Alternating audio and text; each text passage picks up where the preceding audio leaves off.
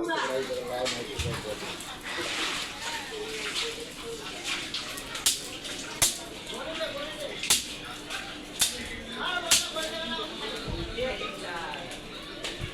বাবা কি বলছে বলেন তো?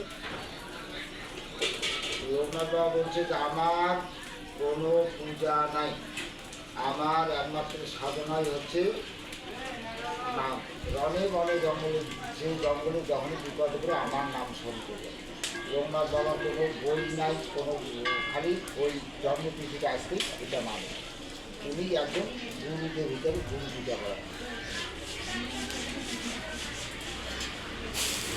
এখন তো কোনো পণ্ডিত পূজা আছে, ধ্যান আছে,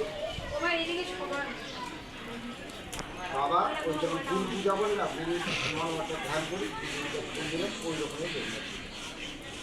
আর বাসে যদি যান বিপদে করেন তাও বাবার লোকনাথ, তাও রক্ষা করে। জলে যদি করেন বাবার লোকনাথ, তাও রক্ষা করে। বাঘের মুখে করেন বাবার লোকনাথ, তাও রক্ষা করে।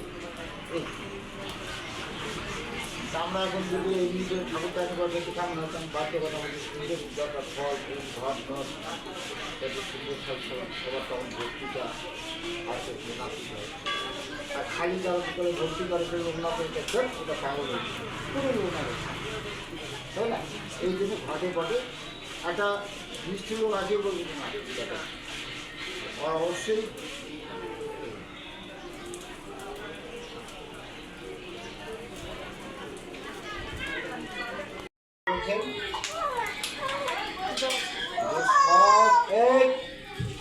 সচিতানন্দ নিজের মন্ত্রে সৎ করতে হবে, তাহলে গোবিন্দকে তাহলে গোবিন্দ সারা দেবে।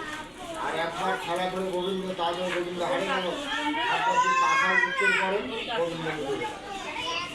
10টা ইন্দ্রিয়, 6টা ঋতু, 7টা কর্ম, এগুলাকে ত্যাগ করতে তারপরে বৈষ্ণব হতে হবে।